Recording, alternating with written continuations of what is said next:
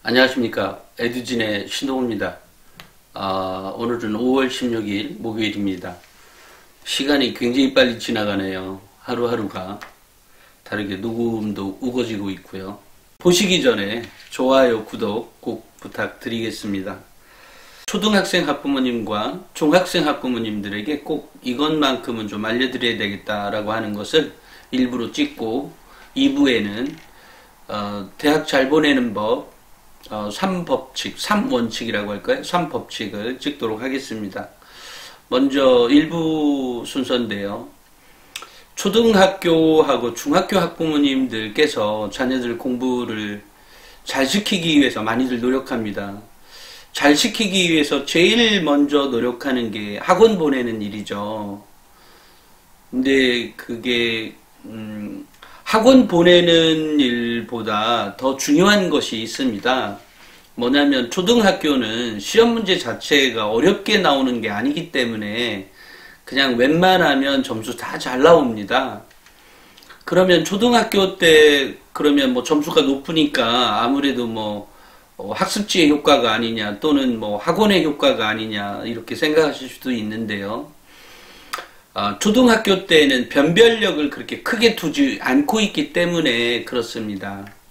그러니까 점수가 높게 나오는 것은 아이가 물론 뭐 잘하는 것도 있겠지만 그것보다는 변별력을 크게 두고 있지 않기 때문에 웬만하면 높은 점수가 나올 수밖에 없는 구조로 시험 문제를 출제한다. 뭐 이런 얘기가 되겠습니다.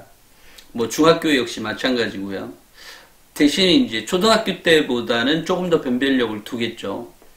그러면 물론 뭐 학교의 사정에 따라 다를 수 있습니다. 모든 중학교가 똑같다는 얘기는 아닙니다.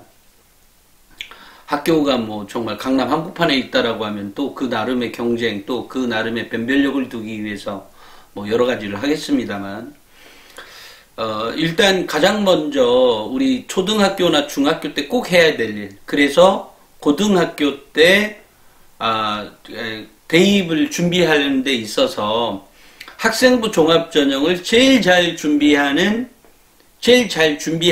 하는 밑돌의 구성이 뭐냐. 또 학생부 교과, 그러니까 내신이죠.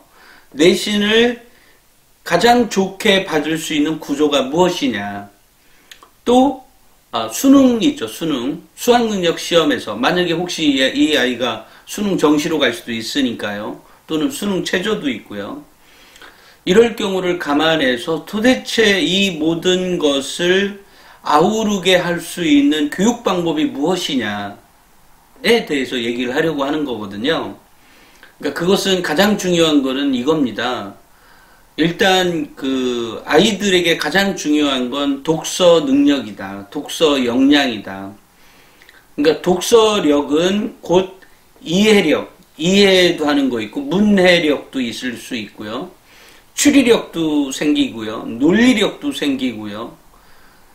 이런 것들을 다 생기게 할 수 있는 게 독서인데, 책을 잘 이제 안 읽히게 되는 경우이거나 아이가 책을 안 좋아하는 경우가 있는 거죠.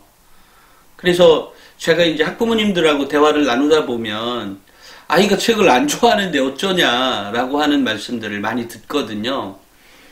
그런데 여기에서 책을 안 좋아하는 아이들의 경우에 보면 가장 중요한 건 이거일 것 같습니다. 아이하고 공감대를 아이가 원래부터 책을 그러니까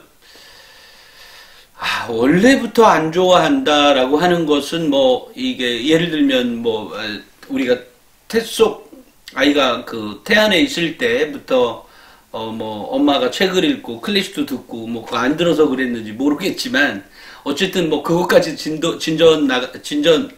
진도를 나가고 싶진 않고요.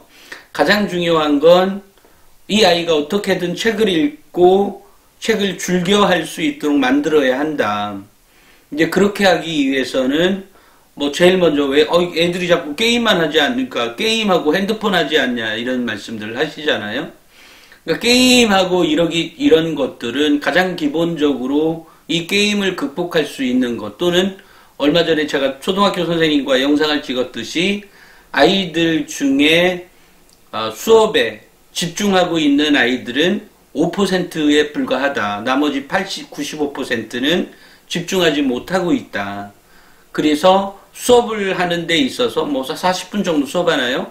그렇게 수업을 하는데도 이 아이들이 집중하기 위해서 앞에 20분 정도는 다 까먹는다. 그 정도로 아이들이 뭐 천방지축 내지는 뭐 까불고 집중하지 않는 거죠. 또 아이들도 선생님한테 혼나지 않는다는 걸 정확히 알고 있죠. 예전에 우리 어렸을 때는 뭐 매래도 맞고 하니까 조용해 그러면 조금 떠들다가도 금방 조용하고 말았지만 요즘 아이들은 그렇지가 않은 거죠. 그렇기 때문에 그 아이들을 이렇게 집중력 있는 아이로 키우기 위해서 가장 필요한 것은 이 엄마하고 또는 아빠하고의 대화다. 그러니까 눈을 쳐다보고 대화를 나눠줘야 되는데 그 대화의 수준이 아이의 수준이라는 거죠. 그러니까 엄마 아빠가 인내하기 참 힘들죠. 이거 말귀도 못 알아듣는 애하고 얘기하려고 하면 좀 힘들 수도 있습니다. 하지만 그 대화가 기본이 되어야 이 아이가 독서도 할 수 있다. 그러니까 먼저 아이하고의 눈을 마주쳐서 대화를 나누는 시간, 그러니까 뭐 식탁에 앉아서든 테이블에 앉아서든 소파에 앉아서든 정면을 쳐다보고 내 눈을 쳐다보고 이 아이하고 대화를 20-30분 이상 유지가 될 수 있는 그런 대화를 해야 된다. 하다못해 영 대화가 좀 대화가 잘 안 된다고 하면 자녀 교육은 결국은 엄마 아빠가 책임질 수밖에 없는 문제거든요. 물론 아이가 뭐 공부 안 하면 그만이지 않냐의 것도 있겠지만 일주일에 뭐 2-3번이라도 매일이 힘들면 일주일에 2-3번이라도 자녀와 이 책을 너 한번 읽어보고 나 한번 읽어보는 문장을 통해서라도 뭐 읽어보게 한다든지 이런 방법이 있고요. 또 하나는 지금 보내는 학원을 그게 뭐 무슨 학원인지는 모르겠습니다만 뭐 그게 뭐 은미체라고 하면 뭐 그건 그 나름대로 가치가 있을 듯 싶습니다. 왜냐면 학교에서 특별히 가르쳐 주는 것들이 아니니까요. 물론 가르쳐 주긴 하지만 그 개인 아이에게 맞춰서 가르쳐 주진 않으니까 은미체 활동은 매우 필요한 것 같습니다. 또 하나는 독서 학원인데요. 독서 학원을 꼭 다니도록 했으면 좋겠어요. 1년 이상. 그래서 이 아이가 기본적인 역량, 독서의 습관이나 이런 것들이 몸에 뵐 수 있도록 하는 훈련이 먼저이고 그 다음에 공부다. 물론 학교에서 그러면 이 독서를 뭐 따로 가르쳐주면 좋겠지만 학교의 현재 시스템상 교육부가 그거 만들려고 하면 아마 10년 싸워도 못 만들 거거든요. 그러면 10년 동안 내 아이는 컸을 거고요. 그러니까 불가능한 거기, 뭐 거의 불가능에 가깝다고 생각이 드니까요. 내 아이를 일단 독서 학원 같은데 꼭 보내자. 그리고 아이의 그 사전, 왜 요즘 어휘력 사전 같은 거 있잖아요. 또는 뭐 한글 사전, 이 사전 하나만큼은 종이로 된 거예요. 종이로 된 거. 종이로 된 걸 꼭 사서 아이가 정말로 이해 안 되는 거 나중에라도 금방 찾아볼 수 있도록 만들어 주자. 그러니까 요즘 보면은 집에 가보면 이게 모든 집은 아니겠지만 집에 아이 어휘력 사전이라든지 또는 사전이 얼마나 있는지는 모르겠어요. 근데 그런 종이 사전이 있어서 아이가 쉽게 찾아볼 수 있도록 언제 어느 때든 이렇게 했으면 좋겠다라는 생각을 갖습니다. 그러니까 이런 거가 바탕이 돼야 이 아이가 나중에 고등학교에 가서 만약에 중학교 때까지라도 뭐 그냥 그런 정도의 성적이었다고 하더라도 고등학교 때 첫 시험에서 부터는 뭐 1, 2등급을 내달릴 수 있는 1등급을 내달릴 수 있는 그런 역량이 있는 아이로 그런 실력 있는 아이로 키워지는 거거든요. 근데 그것이 초등학교 중학교 때 만들어지는 것이다. 그러니까 그런 독서 역량이 초등학교 중학교 때 있다? 그러면 이 아이는 고등학교 때 충분히 발전 가능성이 있게 됩니다. 그런데 이런 부분들을 초등학교 중학교 때는 아이가 학교에서 받는 성적은 무시해도 좋습니다. 정말로 무시해도 좋습니다. 그렇다고 뭐 공부를 일부러 못하자 이런 말이 아니고요.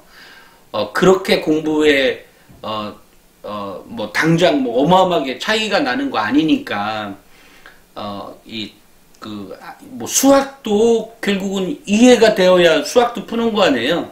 영어도 마찬가지거든요. 이해가 돼야 돼요. 일단 설령 번역이 가능하더라, 번역이 가능하다고 하더라도 단어가 알고 있어서 번역이 가능하다고 하더라도 이 아이가 기본적으로 공부 역량을 키우기 위해서는 독서 역량은 필수다. 그런데 그런 독서 역량을 무시한 채 당장 그 옆에 아이한테 줘도 상관없습니다. 당장 옆집의 아이보다 내 아이가 점수 뭐 5점, 10점, 20점 늦게 나와도 좋습니다.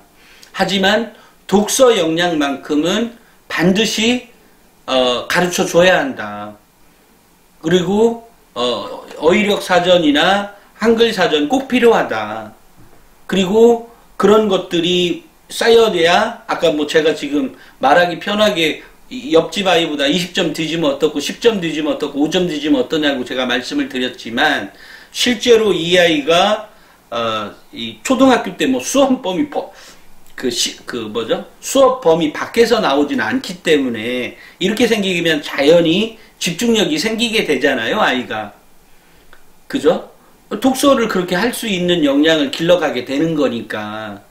그렇기 때문에 아이의 기본적인 공부를 제대로 그 기초를 탄탄히 키우기 위해서 예를 들면 우리가 모래밭에 뭐 집 짓는 경우 없지 않습니까? 마찬가지죠. 그 기초가 튼튼해야 되는데 그 기초가 독서이다. 그런데 그 독서를 잘하게 하는 훈련들이 필요하다. 잘하게 하려는 기본 바탕에는 그런 독서 학원의 영향도 있고요. 또 하나는 이 애들 학원 가라면 잘 가지 않나요? 그죠? 그러니까 그런 학원 보내라는 거죠. 차라리 독서 학원을 책 읽게 하는 학원을 가게 한 다음에 그러고 나서 이 아이가 워낙 이제 이렇게 되면 아이가 책 읽는 훈련이 이제 조금씩 될 겁니다. 그죠? 이렇게 되는 가운데에서 아이가 그럼에도 불구하고 어떤 집중력이 떨어져 있다거나 근데 뭐 내 아이하고는 별 문제가 그러니까 스마트폰을 많이 보는 아이는 기본적으로 뭐 그게 게임이 됐든 뭐 유튜브가 됐든 이런 걸 많이 보게 되면 기본적으로 집중력이 떨어지는 아이로 갈 수밖에 없고 현재 그런 상태일 가능성이 높다라고 생각을 합니다. 그렇기 때문에 우리 초등학교 학부모님하고 중학교 학부모님들 독서 역량이 가장 바탕이 되는 공부 역량이 아주 기초다. 근데 이 기초의 것들 안에 포함되어 있는 것들이 너무나 많아요. 아까처럼 책을 읽는다는 건 처음부터 끝페이지를 본다는 것은 그만한 인내와 끈질김도 있잖아요. 그죠? 그 다음에 집중력도 길러주죠. 아까 제가 말씀드린 것처럼 논리력도 길러지죠. 또 추리력도 길러지죠. 굉장히 많습니다. 또 이해력, 독해력이 다 독서 역량에서 길러지는 게 이거가 바로 국영수 탐구를 공부할 수 있는 능력으로 길러질 수밖에 없다. 이런 얘기입니다. 그래서 우리 어머님들이 이런 게 있죠. 물론 영어 학원들 어떻게 보내는 거 이전에 영상에서 있었던 것처럼 그런 학원 보내는 것도 좋지만 또 음악, 미술, 체육 이런 것도 그죠? 학교에서 그렇게 특정하게 태권도를 가르쳐 준다든지 아니면 바이올린을 가르쳐 준다든지 피아노를 따로 가르쳐 주진 못하니까 그런 거 학원 가는 것은 충분히 저도 아이의 어떤 창의성을 키워주는 거거든요. 물론 운동도 창의성을 길러줍니다.